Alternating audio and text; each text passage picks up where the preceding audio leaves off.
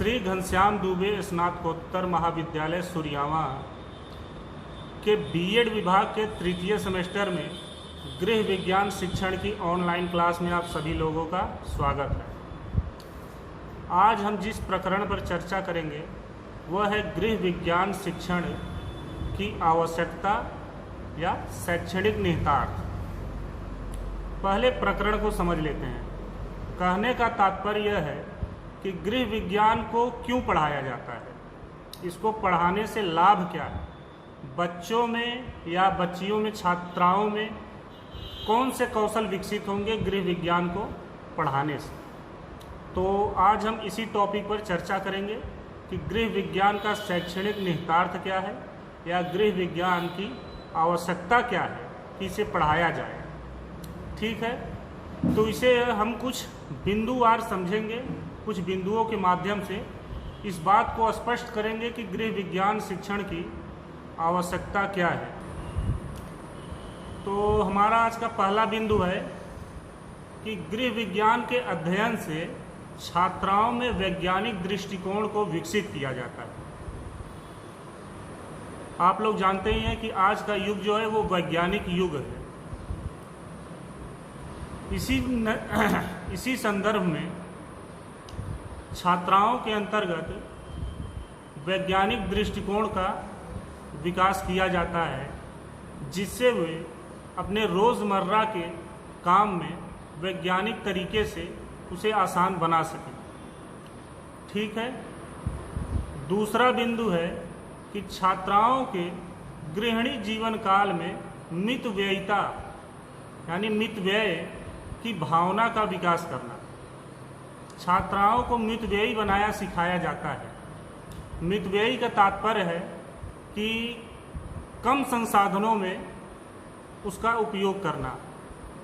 एक गृहिणी के रूप में आप कम संसाधन में, अल्प संसाधन में भी उसका अच्छे से उपयोग कैसे कर सकते हैं, इन चीज़ों को गृह विज्ञान के माध्यम से ही सिखाया जाता है। कम बजट में आप घर को कैसे चला सकते हैं, इन सब चीज़ों को सिखाया जाता है। तीसरा बिंदु है सौंदर्यात्मक प्रवृत्ति को विकसित करना। आप सभी जानते हैं कि गृह विज्ञान एक व्यावसायिक मार्ग को प्रशस्त करने वाला विषय है। गृह विज्ञान के माध्यम से आप कई सारे व्यवसाय को अपना सकते हैं, जैसे beauty parlour, fashion designing, laundering इत्यादि कई सारे काम हैं जो आज के युग में करते हुए एक अच्छा व्यवसाय का रूप ले सकता है। अगला बिंदु है प्राथमिक चिकित्सा का ज्ञान कराना।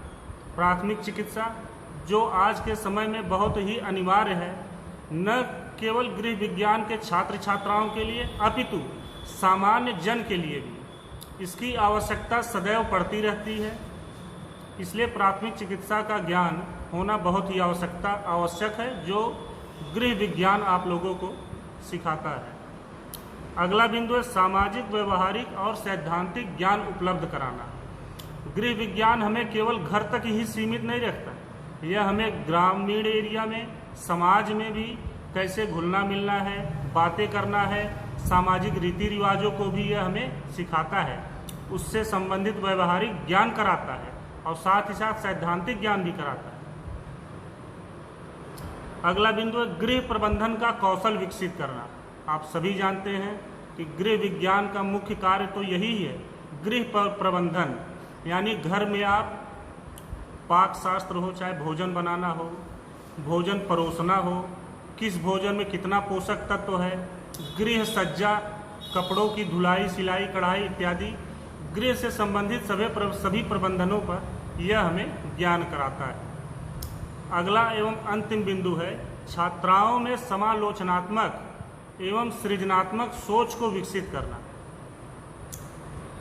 यह ऐसा सोच विकसित करता है कि छात्राएं किसी भी चीज, किसी भी वस्तु या किसी भी तथ्य से संबंधित उसका आलोचना कर सकें, समीक्षा कर सकें कि कोई वस्तु, कोई तथ्य उनके लिए सही है या गलत है, या सही है तो कैसे सही है, गलत है तो कैसे गलत है।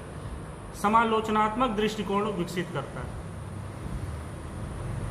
इन सब चीज़ों को देखते हुए स्पष्ट हो जाता है कि गृह विज्ञान का शैक्षणिक निहितार्थ क्या है और गृह विज्ञान की आवश्यकता क्या है। ठीक है, आज के लिए फ़िलहाल इतना ही। अगले वीडियो में हम चर्चा करेंगे गृह विज्ञान का अन्य विषयों से क्या संबंध है।